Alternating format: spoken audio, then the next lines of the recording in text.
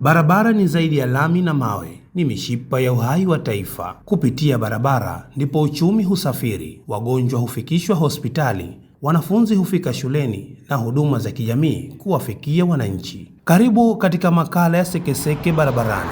Makala hii ni kwa ihsani ya Asam Electrical Company Limited, imeandaliwa na kusimuliwa nami Hamis Juma.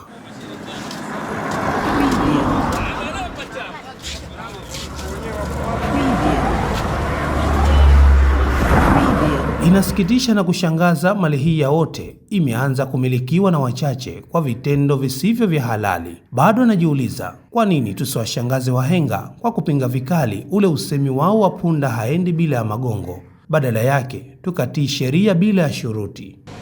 Barabara zetu zimegharimu pesa nyingi, lakini ujenzi umekuwa holela. Kuna njia za kwenda kwa miguu wakati mwingine hazitumiki ipasavyo kama ilivyokusudiwa, lakini na uharibifu, uchafuzi mwingi hapo.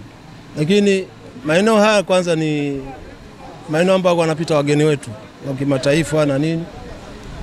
Inaonekana kama hatuko care, maana watu wa barabara, wakala wa barabara, kama tufanye kazi zetu na manispa. Sasa tumeamua sasa tufanye kazi na manispa hapa zote zinazohusika. Kwa hiyo tunaomba wananchi wote mnaovamia katika maeneo ya hifadhi ya barabara, sio vibanda tu, hata nyumba, tukikuta mtu anajenga tunaondoa. Njia ya wapita kwa miguu imekusudiwa kulinda maisha ya wananchi, sio kuuza bidhaa wala kujenga vibanda.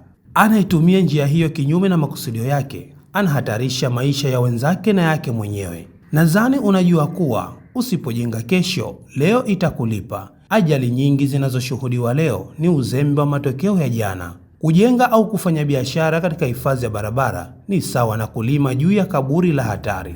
Ajali mbaya sana lozione katika maisha yangu ni siku ya leo. Yaani haikuwa rahisi sana. Kama unavyoona kuna watu wengi sasa hivi tushawapoteza nida. Kweli kwa binafsi mimi kwa siku ya leo, yani ni siku imeniuma sana, yani kuona watu wenzangu yani wanaofanya kazi mbele yangu yani wanapoteza maisha yani. Barabara zinahitaji nafasi ya kupanuka, kupitisha maji na kutoa huduma za dharura. Kinachofurahisha ni kuona bado juhudi za serikali zinaendelea kila uchao kwa kuboresha miundombinu haswa katika sekta ya barabara, lakini bila kutunza miundombinu hii, ndoto hizi zinaweza kupotea kama kishada kilichokatika mshipi wake. Ukitaka kuijenga nchi, anza na barabara, kwa sababu barabara ndizo zinazoleta maendeleo. Nyote ni mashahidi, tukifungua tu barabara basi ujenzi unaanza wa mambo mbalimbali. Hii maana yake ni kwamba maendeleo ni miundombinu, na miundombinu ya kwanza kabisa ni barabara na madaraja. Kwa hivyo hivi tunavyokwenda, bila shaka katika kipindi kifupi sana nchi yetu itapata maendeleo makubwa, kwa sababu hatuishii kwenye barabara.